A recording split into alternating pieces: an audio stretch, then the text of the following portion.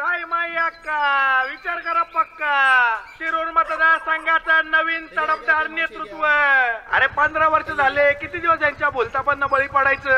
अरे जुग जुग जुग जुग आगे न गाडी, धुरांच्या रेषा हवेत काढी. आपली पोरं प्रत्यक्षात कधी या ट्रेन मध्ये बसतील, सांग कधी बसतील. हा लक्षात असू द्या, आता आपल्याकडे नवीन पर्याय आले. थांबे, काय बोंब बोलतीस वगैरे? अरे केवढ्या मोठ्यानं ओरडतेस? हा हे बघ, एवढ्या मोठ्यानं बोंबलून तुझं म्हणणं काय खरं नाही होणार. काय या पुणे नाशिक रेल्वेची मंजुरी कुणी मिळवून दिली? दादानी. हा अरे तू चड्डीत मुतायचास ना, तेव्हापासून दादा भांडत्यात रेल्वेसाठी. हे तुमचं बरं आहे बरं का. हा निवडणुका जवळ आल्या की तुम्हाला आमची आठवण येते. हा अहो तसं नाही तात्या, आता लोकांना नवा चेहरा पाहिजे, तरुण चेहरा पाहिजे, तरुण नेतृत्व पाहिजे. आम्हाला अनुभव असलेला माणूस पाहिजे. आणि आमच्या दादा मनानं आणि कामानं चिरतरूनच आहे. आणि तुमच्या चेहरा मग खरं काय दडलंय हे समजांना माहितच आहे. अरे राजकारणाच्या एवढ्या वर्षात दादांच्या अंगावर एक भ्रष्टाचाराचा डाग नाही. आणि तुम्ही राजकारणात यायच्या आधीच डाग आलेले. अरे तुम्ही जर निवडून आला ना तर सगळा समाज नासवाल. कसं आहे मंडळी, एवढी वर्ष झाली आपण आश्वासन ऐकतोय, पण ट्रेन येत नाहीये. खरंच आहे ना? मला सांग, रेल्वेची मंजुरी किती साली मिळाली? माहित नाही. माहित नाही? अरे असा कसा रे तू अडाणी, माहित नाही? हो मंडळी या इकडे. हे बघा, रेल्वेची मंजुरी कवा मिळाली याला माहित नाही आणि चाललाय विरोध करायला. अरे 2016 साली. अरे किती भाग्य आहे आपलं. आणि तात्या मंडळी त्याचं बजेट बी पास झालं आता. काय ट्रेन धावायला जागा लागते ना, तर मग सरकारनं आता भूसंपादन सुरू केलंय. आणि काय रे, एवढी वर्ष तुमची सत्ता होती तेव्हा मिळाली का मंजुरी? हा नाही ना.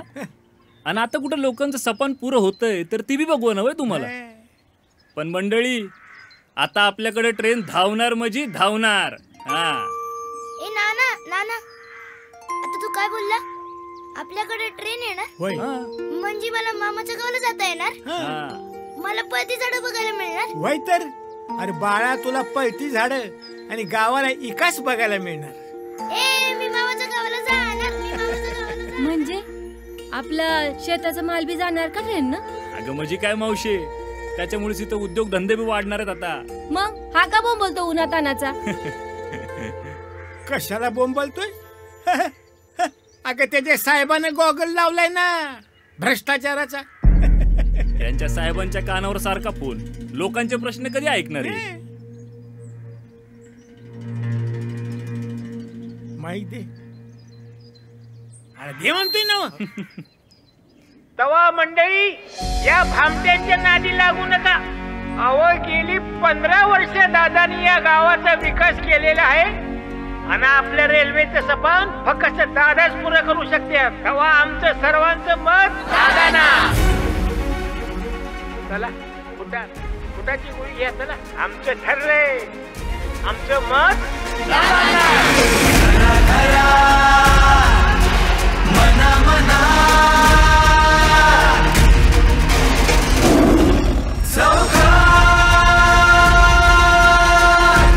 नमस्कार.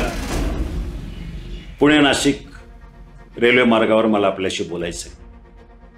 1988 सालापासून जवळजवळ 31 वर्षापासून ह्या मतदारसंघातील पुणे नगर आणि नाशिक जिल्ह्यातल्या जनतेनं पुणे नाशिक रेल्वे व्हावा हे स्वप्न पाहिलं. कोकण रेल्वेचं स्वप्न त्या भागातल्या जनतेनं 30 वर्षापूर्वी पाहिलं. आता अजून 3-4 वर्ष वाट पहा. 3 वर्षामध्ये हा प्रकल्प नक्कीच धावेल. हा प्रकल्प अस्तित्वात आल्यानंतर तुमचं आमचं सगळ्याचं स्वप्न साकार होईल. ह्या भागाचा कायापालट होईल, शेतकऱ्यांचा विकास होईल, इथं रोजगाराच्या संधी उपलब्ध होईल. हा परिसरच मुळात सुधारेल याची मला खात्री आहे. आणि मुळातच हा प्रकल्प हायस्पीड रेल्वे प्रकल्प म्हणून उदयास येतो. महाराष्ट्रामध्येच नव्हे तर देशामध्ये पुणे नाशिक रेल्वे ही पहिली रेल्वे अशी असणार आहे की 220 किलोमीटर प्रति आवर ही त्याची स्पीड असेल. आणि पुण्यावरून निघालेली रेल्वे 15 स्टेशन घेऊन नाशिकला अवघ्या 2 तासात पोहोचेल. हे स्वप्न आपलं येणाऱ्या 3 वर्षामध्ये प्रत्यक्षात येईल याची मला खात्री आहे. सत्यस्थिती अशी आहे की फक्त 3 वर्षापूर्वी मंजूर झालेला प्रकल्प लवकरात लवकर अस्तित्वात येईल. बाकी राजकारणी लोक काही बोलतील, इलेक्शनच्या तोंडावर त्या प्रकल्पावर टीका करतील, याला जमीन मिळणार नाही, याला जमीन कुठं मिळणार, हे काही सत्य नाही आहे. परंतु हा प्रकल्प रेल्वेच्या पिंक बुकमध्ये आल्यामुळं हा प्रकल्प झाल्याशिवाय राहणार नाही. विश्वास ठेवा माझ्यावर, मी तुमचा खासदार आहे, मी तुमच्यावर 15 वर्ष काढलेली आहे. मला ह्या प्रकल्पासाठी साथ द्या, तुमची सगळ्यांची साथ हवी आहे. ह्या प्रकल्पामध्ये राजकारण न येता हा प्रकल्प विकासाच्या दृष्टीने एक महत्त्वाचा माइलस्टोन राहील, एवढी मी आपल्याला खात्री देतो. धन्यवाद.